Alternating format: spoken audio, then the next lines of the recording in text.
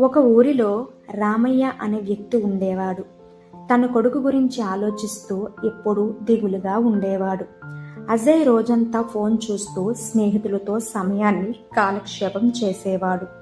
ఒకరోజు పనిచేసి అలసిపోయి ఇంటికి వచ్చిన తండ్రి రామయ్య మంచంపై పడుకొని ఫోన్ చూస్తున్న కొడుకును చూసి బాధతో ఇలా అన్నాడు: సమయం ఉచితంగా వస్తుంది కాబట్టి నీకు దాని యొక్క విలువ తెలియడం లేదు. రేపు చేస్తా అనుకుంటూ ఈ రోజును పోగొట్టుకుంటున్నావన్నాడు.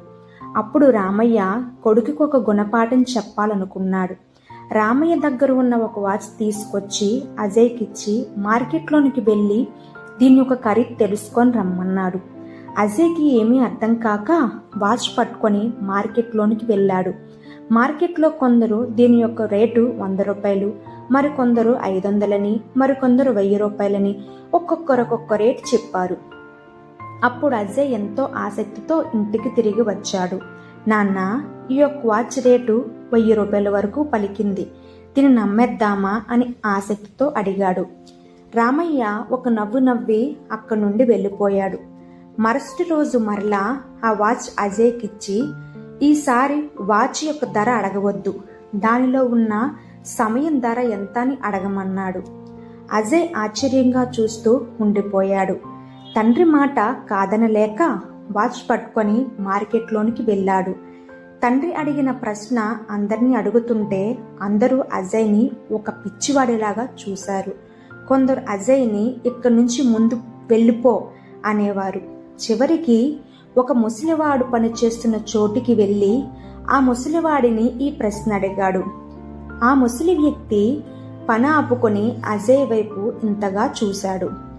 అప్పుడు ఆ ముసలి వ్యక్తి చిన్న చిరునవ్వు నవ్వుతూ అజయ్తో ఇలా అన్నాడు: బాబు, ప్రపంచంలో దేనికైనా ధర కట్టవచ్చు గాని సమయానికి ధర కట్టలేము.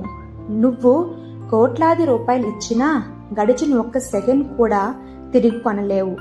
సమయానికి ఒక మంచి లక్షణం, ఒక చెడు లక్షణం ఉన్నాయి. చెడు లక్షణం ఏంటంటే అది గడిచిపోతుంది.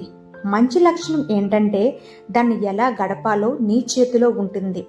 ధనికుడైనా పేదవాడికైనా అందరికీ రోజుకి 24 గంటలే ఉంటాయి.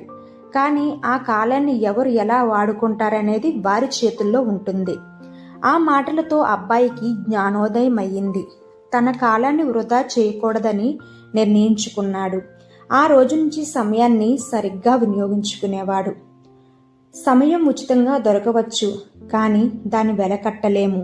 దానిని సొంతం చేసుకోలేము, కానీ దానిని వాడుకోగలము. గడిచిన కాలం మళ్ళీ తిరుగురాదు. మనం కాలాన్ని గౌరవిస్తే రేపు అనే రోజున కాలం మనల్ని లోకం గౌరవించేలా చేస్తుంది. Thank you. మీకు ఈ వీడియో నచ్చినట్లయితే లైక్ చేయండి, సబ్స్క్రైబ్ చేసుకోండి.